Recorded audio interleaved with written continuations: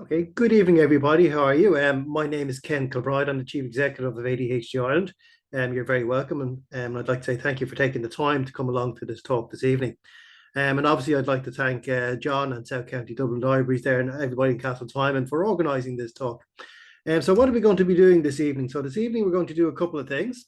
We're going to have a chat about what ADHD, what it is and what it isn't. We're going to do maybe what we call a crash course in ADHD, supporting someone with the condition, a little bit about ADHD and who we are and what we do it for. I will send along a copy of the presentation afterwards, so feel free to take as many or as little notes as you like. So just in terms of taking questions, we will do them at the end. So again, if you have any questions, one thing's about ADHD, it's all about the mind going off focus. So I'm going to ask you to do a couple of things during the presentation. Mind wandering, lack of focus happens to everybody, whether you have ADHD or not. It just happens more to people that do have the condition. And so again, while we're doing the presentation, you will be thinking, what's coming up on the weekend, maybe what's on television later tonight, what's for dinner, things like that. When your mind goes off focus from the presentation, just notice it's gone off, bring your focus back. But because that may happen with questions, if you have a question that you want to ask at the end, take an opportunity to write it down or find some way to remind you so that we can do them all at the end.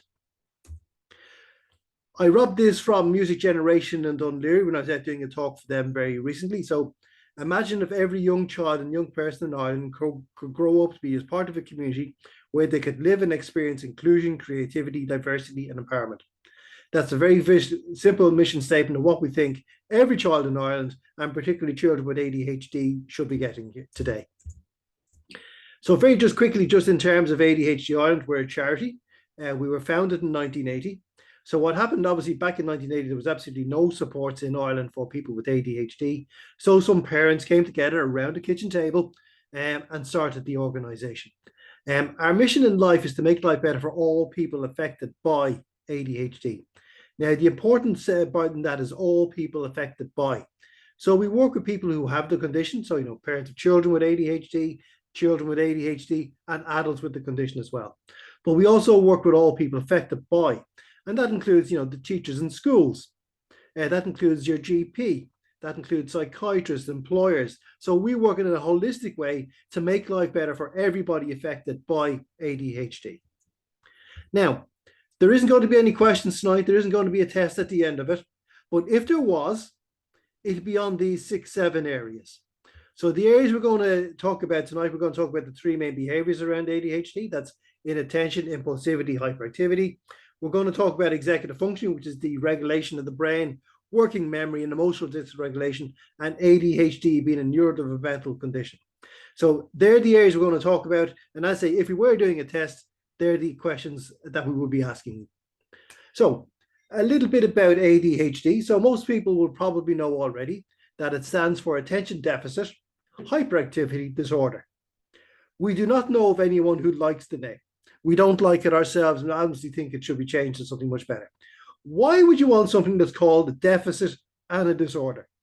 Imagine being an adult or a child and coming out of the GP or the psychiatrist, wherever you happen to be, you've got something, you've just been told it's a deficit and a disorder. And a matter of fact, that's incorrect. It's neither. And I'll explain that later. So we need to find a new name for it. But at the moment, that's the name for it. So that's what we use as we're doing these talks. So when we're talking about the prevalence rates here in Ireland, we're talking about 5% of children, 3% of adults, which gives you about 230,000 people. So what I'd say for that is, if you know Croke Park, you could fill Croke Park 3 times with all the adults, all the children in Ireland today who have ADHD. And if you have a child with ADHD, you're probably familiar with CAMS, which is a child and adolescent mental health service. And there's one out in Tala just behind the shopping centre there.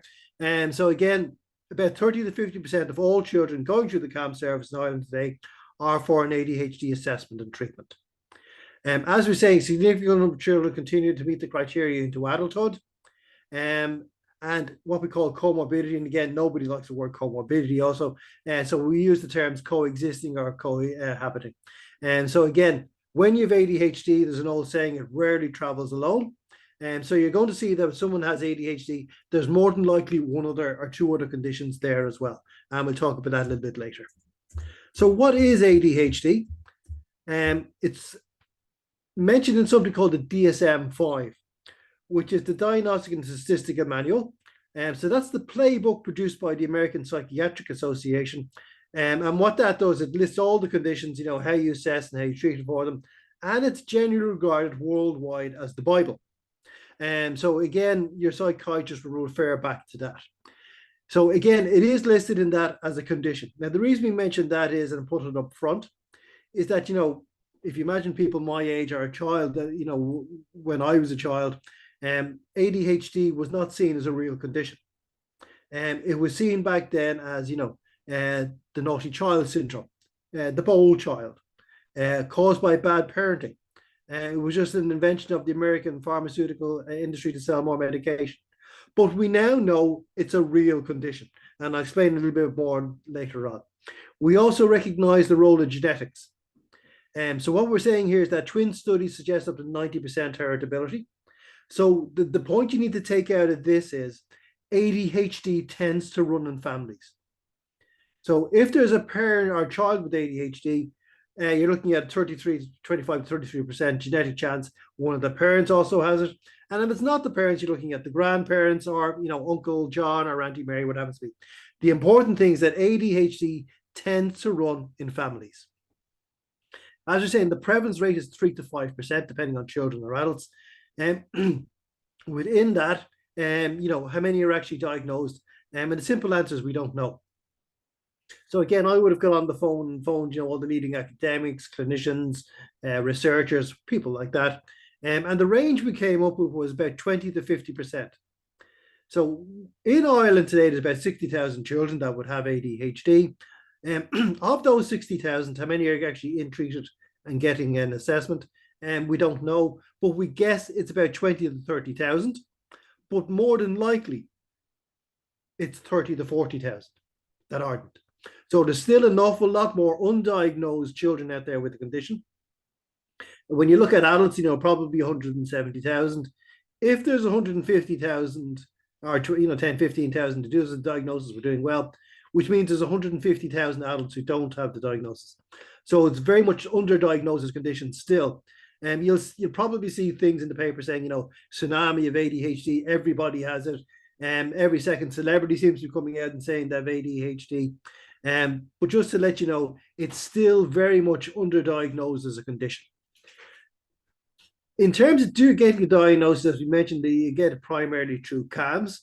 And again, the prime age for getting a diagnosis through that system is the ages of 8 to 12.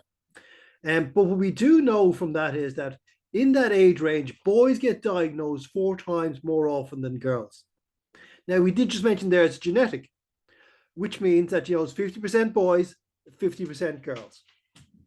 So why do 4 times more boys get diagnosed in that age than girls?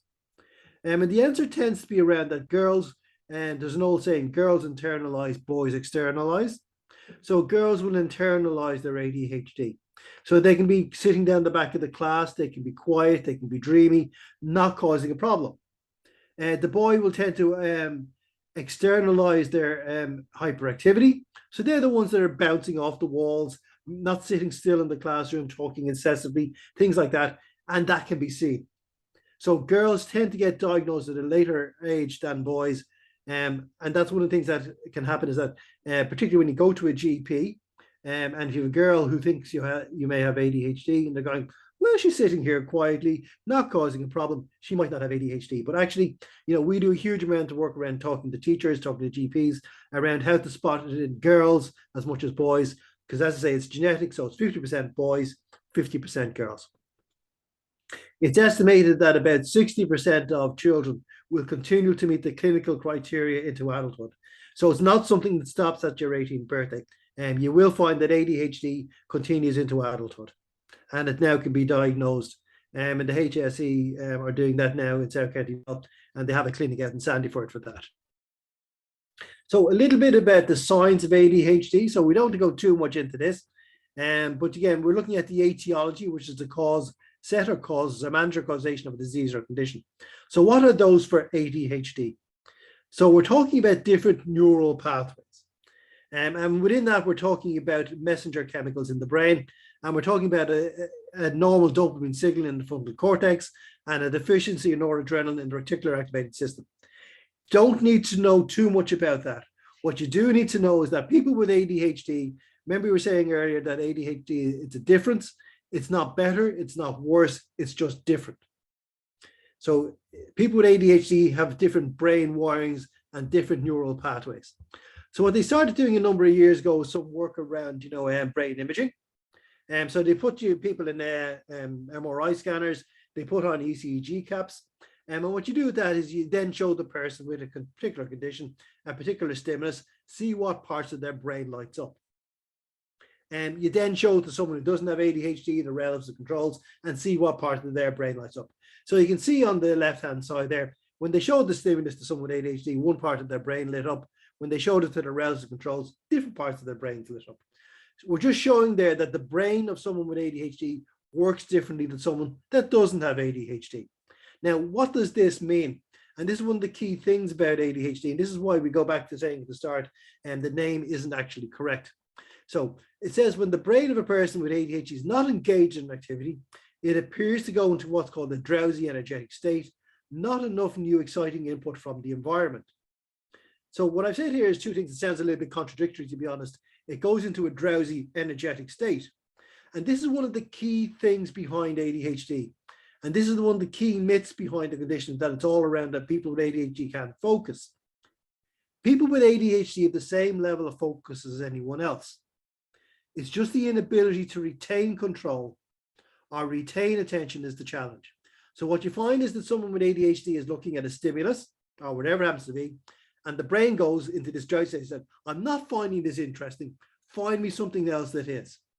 So when we talk about the ADHD brain being very reward based, and so it's always looking for something more interesting. So it's saying, I'm not finding this interesting, find me something else that is interesting. So it's always looking for something new and interesting all the time. So this is the key driver behind ADHD. It's not a lack of focus, it's just the inability to retain attention is the key driver behind the condition. So when we're talking about this, and these points here are basically a straight copy and paste from the DSM-5 that we mentioned earlier.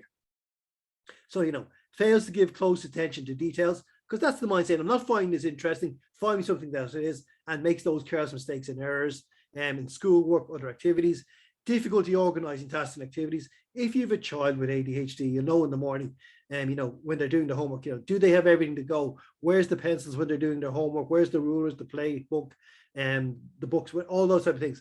Difficulty organizing tasks and activities, and avoids or dislikes or reluctant to engage in tasks that require sustained mental effort.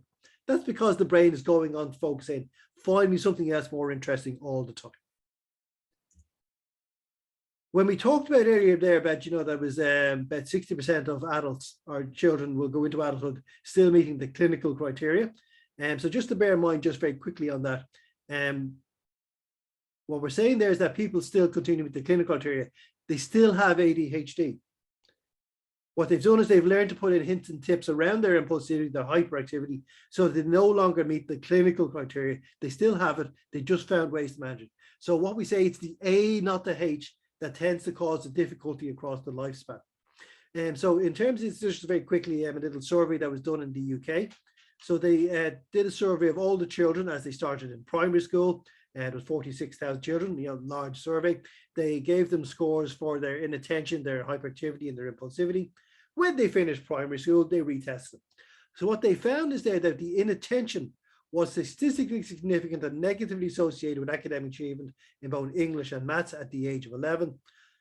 The hyperactivity was statistically significant. So that's the moving around, didn't affect their learning either way.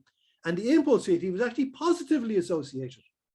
So what you find is that they go through their classrooms, whatever like that, they're the children that are willing to have a go, think about it and come up with the answers.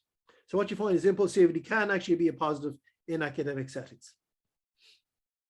So again, when we go to teachers and we go to schools on a regular basis, I love showing teachers this picture.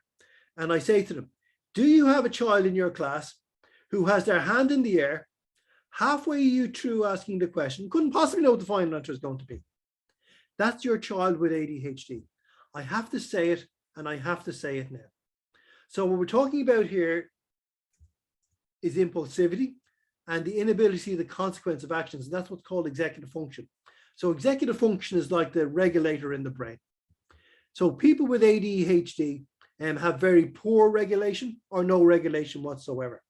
So the analogy I usually use for this is, if you can imagine Dublin Airport. And so again, the air traffic controllers are there. So they're the people that are regulating all the planes. They're saying, I want this plane to come in on this path. I want you to land on that runway. I want this plane to take off over there. I want you to go around the back. There's someone there controlling all that process. That's the emotional or the regulator in the brain, the executive function, the conductor, the air traffic controller, whatever you want to call it. There's someone there regulating things. So just very quickly, I just want to do a very quick little exercise with you. And what I want you to do is, either close your eyes or just do whatever you like. But I want you to take a little think. Think about Dublin Airport. There's about 500 flights every day coming in and going out. Imagine how Dublin Airport would look if the airport stayed open, but the air traffic controllers didn't come in today.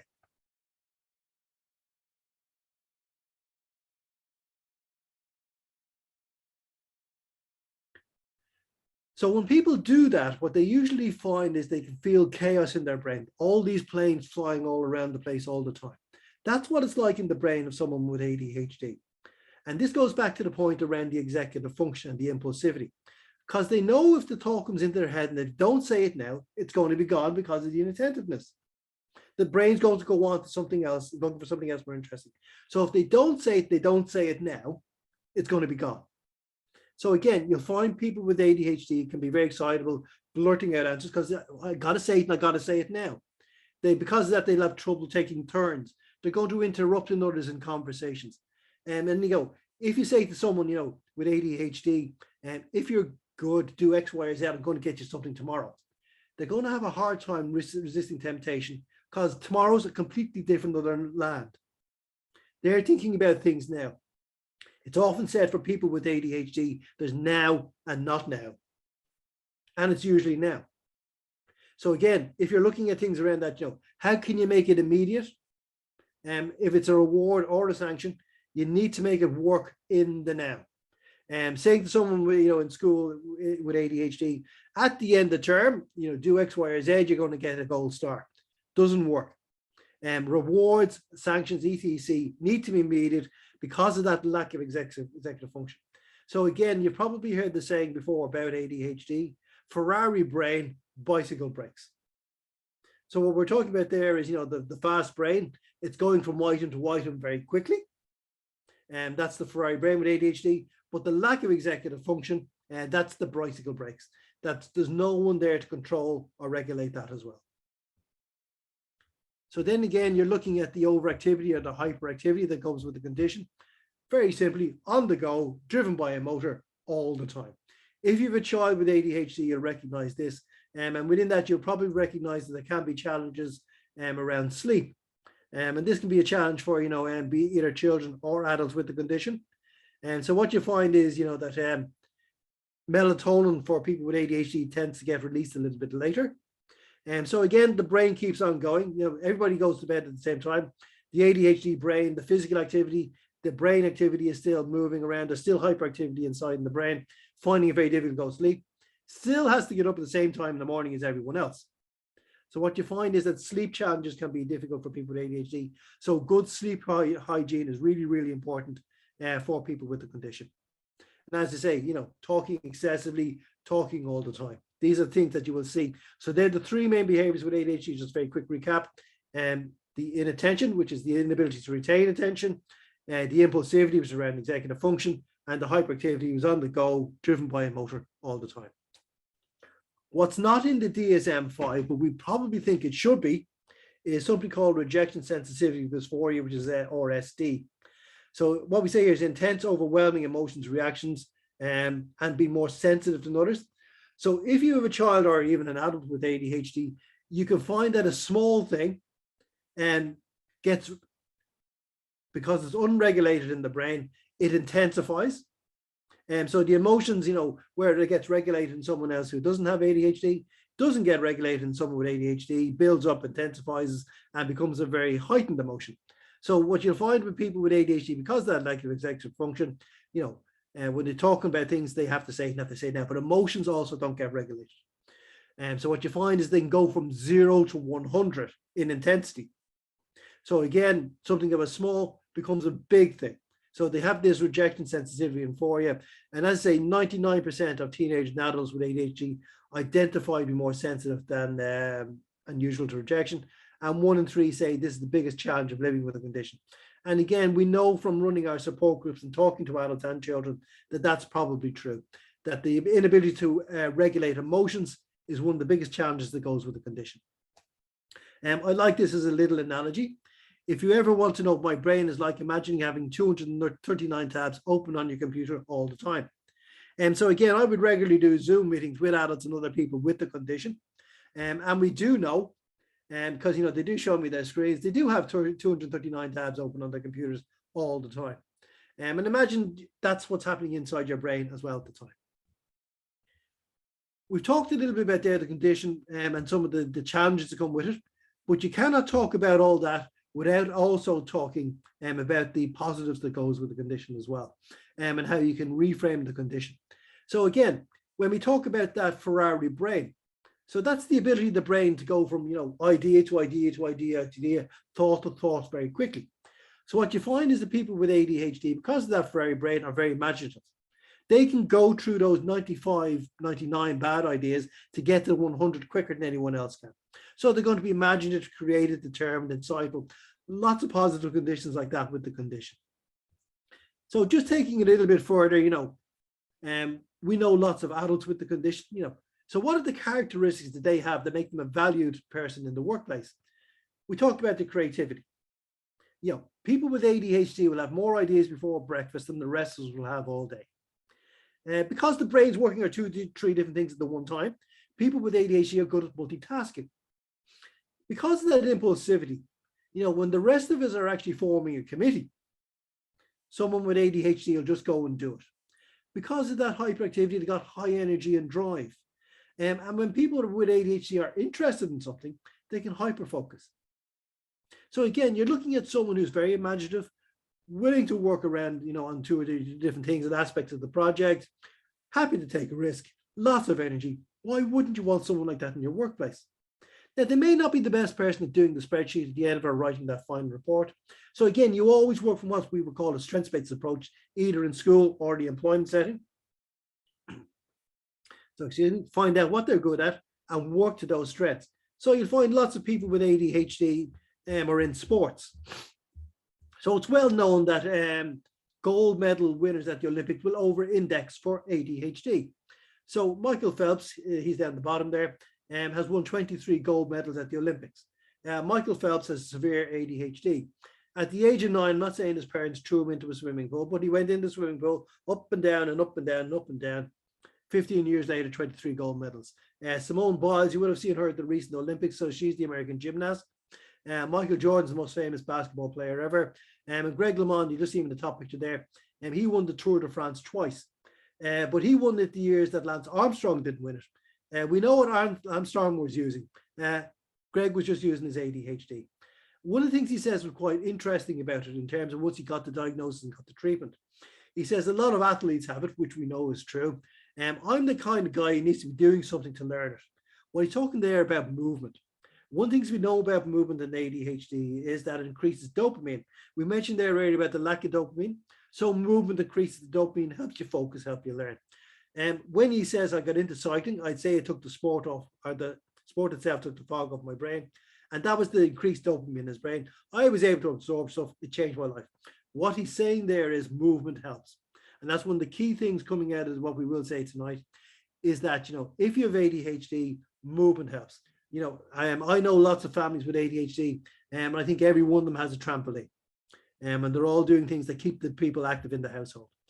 We mentioned ADHD being very creative. And so again, I always talk to lots of people in the creative industries.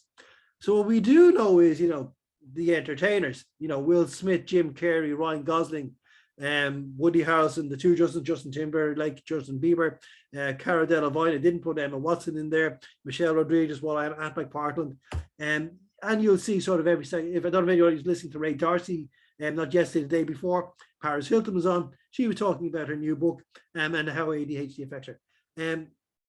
Most comedians, lots of people in the creative industry, actors, singers, musicians, designers, lots of people like that, very much over-indexing for ADHD in those industries. But the question we will always ask is, who's the role models in their lives? We talk about, actors, Barry Keoghan, who comes from the north side of Dublin. But just let's say maybe he doesn't come out to Tallaght someday. Who are we going to see around Castletown? Who's the role model in their lives? Is it a teacher in school who's put their hand up, say, I have a neurodevelopmental condition, autism, ADHD, dyslexia, dyspraxia, I'm getting on with it. Is it a coach down the GAA club? Is it the parents? They need role models in their lives who are saying, I have this condition and I'm getting through and I'm being successful. So again, there's lots of successful people out there, and I can put up 3 or 4 pages of slides for you. It's very, very important that they have role models that they can see in their lives today. We can reframe ADHD as well. We're talking about this, we had a support group last night, and they were doing it themselves naturally. And they were talking about this, hyperactive restlessness, and that's seen as a negative trait. They won't sit down, they won't sit still, but they're energetic, can't stay on task. They're going to see connections others don't, disorganized, they're going to be spontaneous, inconsistent, but they will show flashes of brilliance, impulsive, they make creative. So there's any negative trait that people will talk about with ADHD, and that can be reframed into a positive. And we'll just skip that one because we can't do that one today. Sorry. We can do that one today. So what I want to do today is just very quickly do a very quick test on the audience here today. So could everybody here just unmute themselves and say hello to me? Hello. Is that possible? Hello. Oh, Has everybody said hello just yet? I have. Okay. What we're going to do a test here is very simple. And what I want you to do here is start in the top left-hand corner with the word red. Read across all the lines, all the way down, all the lines down to the bottom. I need you to do it out loud so I can hear you. And on your marks, get set, go. Red, blue, Red, orange, purple, orange, blue, green, red, red, blue, purple, purple, green, red, orange, blue, red, green, purple, blue, green, red. Okay, just under 17 seconds there. So we'd like you to do the same test again, starting in the top left-hand corner with the word red, and read the lines all the way down to the bottom. And this time, no, please don't unmute for this. So we need to be able to hear you. So again, starting in the top left corner, read all the words out. This time, instead of saying what the word is, say what color the word is in. On your marks, get set, go. Red, blue, orange, purple, blue, red, blue, green, red, blue, green, red, red, purple, blue, red, green, red, orange, red, green, orange, purple, blue or purple, orange, blue, purple, green. blue, purple.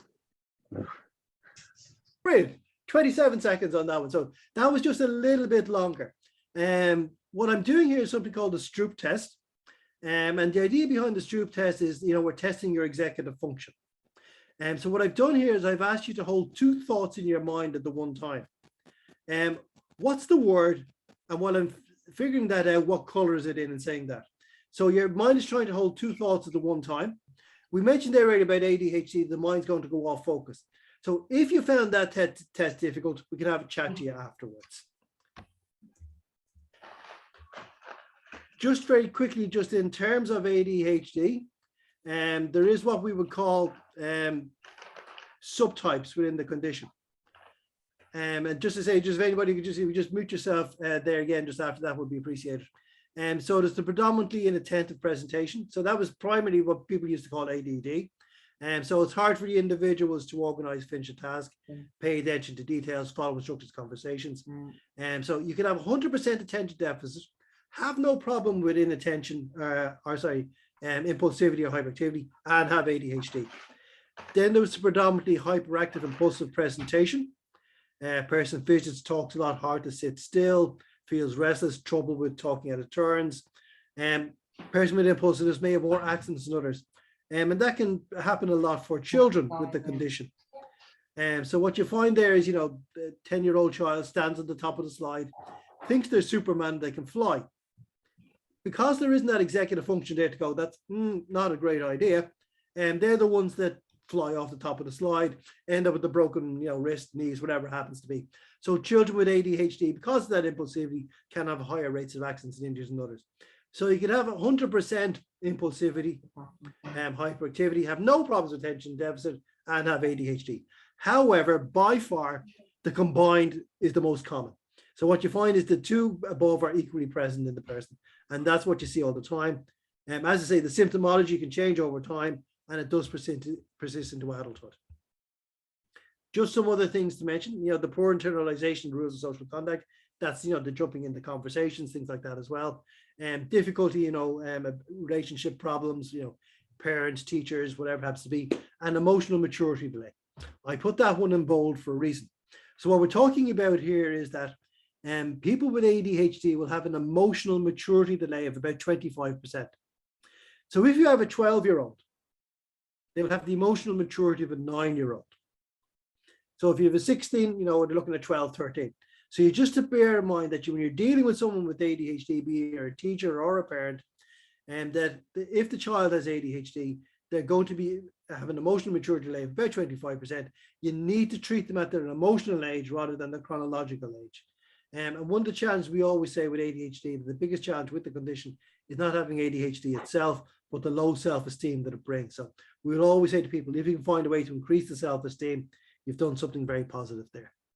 We mentioned the comorbidities and coexisting. So ADHD rarely travels alone. So what we're saying there is that 70% will have will meet the criteria for one other condition, and 30 to 35 will meet it for two, and 10 to 15 will have at least 3 other conditions. So the type of conditions we're talking about there is dyslexia, very, very common. So within that, the dyscalculia and dysgraphia. We're also talking about autism spectrum.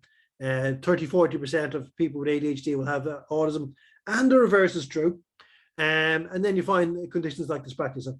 So what you find is that it's very, very important when you're getting an assessment done is to do it in such a way that you find out what the entire diagnosis is. Because how you treat a child or an adult with ADHD and autism is not how you put in the supports for a person with autism and an ADHD, or ADHD with dyslexia. So it's very, very important to get the diagnosis done. And one of the things we will also say, anytime we're talking to people about ADHD, is that once you do get the diagnosis and get the assessment done, once you get the right outcomes, treatments improve. ADHD is an exceptionally manageable condition. So just some other things that do happen in school, you can find there's a language impairment problem. So that's not a language difficult or talking difficult stuff. So that's around information processing. So that goes back to the point we talked about there about the mind going off focus and looking for something more interesting. So just for instance, the teacher's saying something, in a way that the child's not finding interesting, the mind's gone on to something else. They've heard the first 2 points, but the mind's gone off, so they haven't heard C and D. And so they're having difficulty processing information. There's going to be that low self-esteem. There's going to be poor social skills. Unfortunately, the child with ADHD can get labeled a troublemaker. Just as what I call my horror slide, and I've taken all the graphics off this. The reason I mention that is just to mention that, when people go into adulthood and it's undiagnosed and untreated, it does have an impact across the lifespan. So what we know there is that, there can be challenges around, higher rates of unemployment, higher rates of marital breakdown, higher rates of accidents that we mentioned there earlier. And there's going to be higher rates of, psychiatric conditions, particularly around anxiety and depression. There's going to be higher rates of self-medication, and that's going to cause drug and alcohol misuse. So just to bear in mind that ADHD is a very manageable condition. But when it is unmanaged and untreated, it can cause challenges across the lifespan. So we would always say that, if you think it's ADHD, whether you're 5, 15 or 55, go and get the assessment done, because when you do get it done and get the right treatment, life outcomes generally improve. So just very quickly, just in terms of the treatment of ADHD, the best outcomes are achieved by what we call the multimodal treatment. So multimodal treatment is a combination of medication with psychosocial therapies, behavior management. Just to also bear in mind that one of the frontline treatments for children 5 to 12 is parental training courses. So if you do go to CAMS or other places like that and they say, we'd like you to take a parental course, they're not saying you're a bad parent or anything. What they say is this is a frontline recommended treatment for parents who have a child with ADHD. Just in terms of, behavioral management, there's an old saying when we talk about the medication, pills don't build skills. So you talk about ADHD, as I say, that multimodal treatment coming together and giving both sides, around the medication and the behavior management. So things we're talking about there is creating routines. So what you find is, that when you're getting a house in the morning, if you have a child with ADHD, you will know this, there's 15 different things to be done. So putting in a routine, that the books are ready, and the uniform is already, the breakfast is ready, the lunch is ready. There's a structure being put in there, a routine around that about getting out of the house in the morning. We're getting organized, I say the school bags, the child, everything. If it's Tuesday, we have the PE gear. So we're putting in that structure. But we always say to parents, if you're a child with ADHD, you need to become the scaffolding in their lives. So you're putting in that structure so that things are there. So they just need to focus on what they have to focus on rather than the external things that go around it as well. We're avoiding distractions, no point talking to a child with ADHD if there's something more interesting on the television in the background. And limiting choices, A or B, black or white, whatever happens to be, but we're not going into 4 or 5 different choices or explaining it that way. Changing the interaction styles, keeping it short, and just goals or rewards. And we talk about sanctions there as well. Just to bear in mind, as we were saying there earlier, it's very, very important that, things are reasonably immediate. So there's no point in terms of goals or rewards and sanctions for someone with ADHD. It's going to happen next week, next month. It needs to be fairly immediate around what's going to happen. And discipline effectively. So, again, we'll always say, there can be challenges. So both parents working to the same hymn sheet, and hopefully you've talked to the teachers in schools, the GAA coach, wherever it happens to be. So everybody's working to the same process going forward. I mentioned there a couple of times, structure and scaffolding. So again, the type of things we're talking about there is, setting specific targets and goals, clear behavior expectations and consequences for inappropriate behavior, realistic sanctions, and be consistent. And so again, there, just take an example, the teacher goes up to the child with ADHD in the classroom and says, I want questions 1 to 5. I want them in this workbook here. I want them done by 11:45. And if you don't do them, a shark's going to come up and eat you. So what we're saying here is, specific targets and goals, questions 1 to 5, this workbook, clear behaviors, what we want done, we want it done by 12 o'clock, and in it, what's going to happen if things don't work. And we're going to be consistent. And so it's building in that structure into everything that goes into the life of someone with ADHD, be it an adult or a child, helps to manage the condition from a behavior perspective. Just then, in terms of flexibility, as we mentioned, the brain is, working on 2 different things at one time. So variety is the spice of life. People with ADHD like to be challenged and things like that as well. So again, get them to work on things like that as well. And rewards for good behavior, praise for success, we're raising self-esteem. We're looking at building, breaking tasks into small tasks. If you get a project, break it into 10 tasks. We need to do 2 today, 2 tomorrow, 2 the day after. But we're building in those small little rewards. So someone with ADHD knows, I've achieved that. I've got that done. I've done that well. Then they can go on to the next part. So they've done 1 and 2, on to 3 and 4. You're always building that success into things by making it small and immediate. We're allowing them to cool down. We're allowing them to visually read objects as required. Most schools do that now. They will allow, the wobble chairs and other things like that as well in the classroom. So as we mentioned there earlier, movement is key. And we would say in ADHD Ireland that movement breaks are essential for every child in the classroom. And I mean every child in the classroom. And why do you expect children, of the ages of 8 to sit in front of at a desk all day? And we do not know. But movement breaks are really, really important for everyone, but they're more important for people with ADHD because that helps to get the dopamine working again. So when they can come back in, they can focus and it works for everybody. We mentioned around that a lack of executive function. So you got to externalize what's not happening internally. So again, you got to build the picture. Remember, we were talking about that mind going off focus, and when you're giving long, they're not processing the information. So you got to build a picture. You've got to become the executive functioning support officer for the child or for the adult. You got to get that picture in their head, which is why I was saying there earlier, questions 1 to 5, this workbook here, 12 o'clock, Shark's going to come up and eat you. Now, the reason I mention it like that is that, for a child with ADHD, that builds the picture in their head. It may not be a very realistic one, but it works it for a child with someone like ADHD to build that picture so they get their executive functioning working. So what I'm saying there, is there, prioritize the working memory. We mentioned we did the Stroop test and the mind going off focus. So that's happening all the time. And we're presenting sequentially, questions 1 to 5, this work 12, Shark. So again, we're presenting sequentially, recall. I don't know if anybody's counting, but I've actually repeated that 4 times already. So I'm using what I'm saying here to repeat the same information. I've just weaved it in. Recall strategies. Recall strategies are great for people with ADHD. So when you've done that to the child or wherever it happens to be, go back up and say, what did I just ask you to do? Tell me what I just told you. So then again, that forces them to bring the information out into the things. Visualization, that's the shark coming up. Someone once said, never say that to a child with autism because they think a shark will actually come up and eat them. But for a child with ADHD, it fuels their imagination. Use of movement, we mentioned that a couple of times already. Use of questioning, again, what have I just told you? And stalling. So that's a very important thing as well when you're dealing with someone with ADHD. Remember we mentioned there earlier about Dublin Airport and all the planes flying around. So again, someone with ADHD has that going in their head all the time. So when you come up to them and ask them a question, or the teacher comes up and asks them a question, the planes are still flying around. They know they got to say something because the teacher's just asked them. So what they do then is they say anything. So what you do is you got to give them 10, 20 seconds to get all those planes going in the right direction. So again, I've asked you the question. I'll be back in 10 seconds. Go off to the person beside them, ask the question, or just come back in 10 seconds. Give them that moment to get the trains and planes flying in the right direction so they can answer the question that you asked them. As I say, I always say prepare.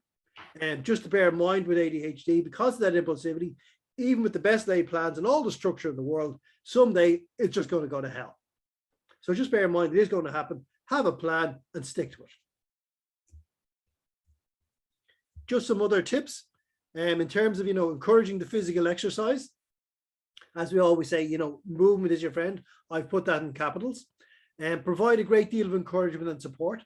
It's estimated that a child with ADHD will receive 20,000 pieces of negative stimulus by the age of 12. Stop that. Be quiet. Put that down. Why can't you be like your brother? So again, this is where the low self-esteem comes in. So we'll always say providing a great deal of encouragement and support because of getting enough negative stimulus elsewhere in their lives. Involve them in activities where they follow good performance and presenting a united front. So again, it's very important. It is slightly anachronistic in an old saying, but there's no saying it says it takes three people to raise a child with ADHD. That's 2 parents and a teacher. And so it's getting that uniform front across a range that everybody's working to the same hymn book in terms of, the goals and awards and the sanctions around ADHD to provide that structure so that they can manage their lives. And just remember RSD as well. That's the 0 to 110s of emotions and other things like that as well. So we've got about 5-10 minutes left just in terms of this section. And then we'll have time for questions at the end. So as we mentioned there, that ADHD Ireland was founded in 1980. We have support groups for those affected, with parents, carers, siblings, relatives, partners, adults, organizations, community organizations. Again, thank you to SF Dublin Libraries for having us out today. And we work, as I say, with people with the condition. This is just to give you a sample of what we do. We're a small organization. We have about 6 staff. Well, we have about 10 staff, but they're 6 between part-time and what's called 6 whole-time equivalents. And so, just coming up in the next week. So at the moment, on another one of our Zooms, we have a Parents Plus course. And this is especially designed one for parents of children with ADHD. It's sold out, but we run 20, 30 across the year. So there are always more on our website. Some CAMs run them as well. So again, talk to your CAMs about that. We have a men's support group. Now, we have been running a women's support group for the last number of years. So the men actually said, why do women have their own support group? We want one for ourselves. So that's on tonight. We're doing the talk out here for the library. We're running a program for the HSE called UMAP, which is Understanding and Managing Adult ADHD. So again, we're talking about the Parents Plus for parents of children. So this is a self-management course that we've developed with the HSE and UCD to help adults with ADHD self-manage their condition. So we have a support group for that. That's on tomorrow. If anybody's interested, we do a free mindfulness class every Friday morning for parents of children with ADHD. In Cork, we have something called a walk and talk group. So they all meet up in a particular park. Usually go to the usual coffee shop first, get a cup of coffee, walk around, have a chat about ADHD and issues. We have UMAP on next Monday morning and Monday afternoon. We run what I call the largest online adult support group in the world. So that's on next Tuesday night. It runs every second Tuesday. I'm not sure if it is the largest online adult support group in the world, but until someone tells me differently and is able to prove it, I'm going to keep saying it. So that's on again every second Tuesday night. And we'll have about 50 adults on from all across Ireland. And again, it's really, and people will say that this is the best support they have in their lives. And again, probably a quarter of the people there will be undiagnosed. So if you know of anybody that does have ADHD and is looking to connect with other people to talk about the condition and to find out what it's like and to hear other life experiences, that's probably the best person to go. And as we mentioned, the men's group, we also have a women's support group on next Tuesday morning. So there's a range of activities there around to help people support and manage their condition. And again, we said we run about 450 events across the year. We also run socials because, as we mentioned there can be interpersonal problems, in families with the condition, because not everybody has it, and they're saying, there's challenges there. So there's also, we know that children with ADHD don't get invited to the play days, don't get invited to the birthday parties. And so again, we've started running socials. So this is one, obviously, just forgive me, these pictures are pre-COVID. This was the Phoenix Park. We ran a teddy bear picnic. So 10 families came along. They brought themselves and their children. We brought the children down to the playground, got them to run around, exercise in terms of their ADHD. Brought the parents off, had a coffee morning with them, worked very well. If you're familiar, just down the road in Punchestown, there's something called Mini Muckers, which was like Fit as Families. So they 3 kilometers of mud, muck and waters. We 25 families do that. So there's lots of activities that we do activities for adults as well in terms of socials. So there's things that are happening as well. We have a support line. We get about 6,000 calls a year. So people can, and as they do call us, 80 to 90% of the calls are around diagnosis and assessment. But breaking down those 6,000, there's about 3,000 calls from adults and about 3,000 calls from parents. So again, we're open to talking to people about adult conditions and children conditions as well. Email as well. We're getting about 25% of our contacts now through email, and we're all across social media, to be honest. Facebook, Twitter, LinkedIn, Instagram, anywhere like that. We're based in the Carmichael Centre.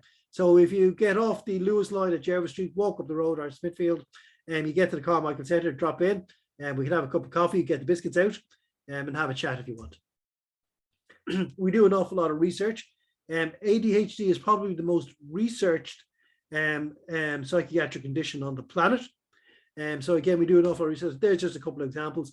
We did a recent one with Maynooth University on ADHD and sleep. And there was one done out in UCD. They were looking into the familial relationship of ADHD. So we recruited families who had babies up to the age of 20 months. What they did was they took a brain scan using the ECG caps. So if those children go on to develop ADHD, they'll be able to show how their brains develop across the year. So interesting work to be done there. We also work with an awful lot of other organizations in Ireland and abroad. So I say, we do an awful lot of work with UCD and Maynooth University. We also work with something called the Spectrum Alliance, which is ADHD Ireland, Dyspraxia Ireland, Dyslexia Ireland, and Aspire, which would be Aspire or Asperger's Ireland. We do teacher training there and other events like that as well. We're part of ADHD Europe and some other international organizations. The reason I mentioned that is, if we don't know the answer ourselves, we have contacts around the country and around the world who find the answer. So Any questions, anytime, do give us a call. We can find the answer for you. Just then, in terms of perceptions, this is our possible most popular post on Facebook. Well, it was last year at this stage. Sorry to disappoint you, but I can't spank the ADHD out of my child anymore. I can snap the ignorance out of you. And again, this is one of the problems that parents will find with the condition. It's challenging enough having a child with a condition, and there may be undiagnosed treated adult ADHD there as well. But the perceptions of other people to the condition is what causes the big difficulty around the problem. So that one went viral, and it was huge on our platforms there last year. Just then, in terms of perceptions, we mentioned training and other things like that as well. We do get this coming up, through our support line and other things like that as well.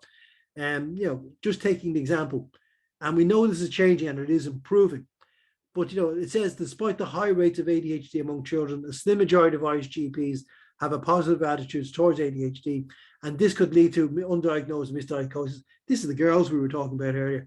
And what they're saying there, the researchers questioned 140 GPs, of whom 59% expressed a positive attitude towards ADHD. Did 41% have a negative attitude? Quite possibly. Again, the same survey showed that there was a low knowledge of how to assess and diagnose and look for the symptoms of ADHD in children and in adults. We also know, just taking the example of teachers, we love teachers. We love talking to teachers. We will do anything we can to talk to teachers. But when we do talk to teachers and you talk to them about ADHD, and we talk about that 5% prevalence rate. So 5% is 1 in 20. And anybody who has a child in primary school, the average class size in Ireland today is 25 to 30, which means there's statistically more than likely always going to be one child with ADHD in every teacher's classroom across their entire career. You then ask the same teacher, how much training did you get in your 4 years to support that child with ADHD? The usual answer, now it is improving, is 0 to 30 minutes. So there is an awful lot of work done out there. And again, I have to say, just from a personal perspective, I'm in the role of with ADHD on just 6 years now. And we're now being called by schools. Schools call us. This wasn't happening 5-6 years ago. Employers phone us looking to do, neurodiversity in the workplace. And we're getting 6,000 calls. When I started, if we got 3 or 4 calls a day, we thought we were going mad. Now we're getting 20, 25, 30 calls a day. There is the perception, there's more awareness, we're working towards acceptance. So again, things are changing, things are getting better, but we will always say the biggest challenge with ADHD is not the ADHD itself, it's the stigma that the condition brings. It's seen as a mental health condition, and it's seen as, the naughty child or the Pavlov children syndrome. So we would always say to anybody at any time, if you can do something to help support the child or the person with the condition, you're doing something very, very important there. And that's probably the biggest thing that you can do and help and support people with ADHD. So thank you very much for your attention during the presentation. There's our contact details. As I said, we'll email it on afterwards. Thank you very much. And again, if you have any questions, we'll be more than happy to do them for you now.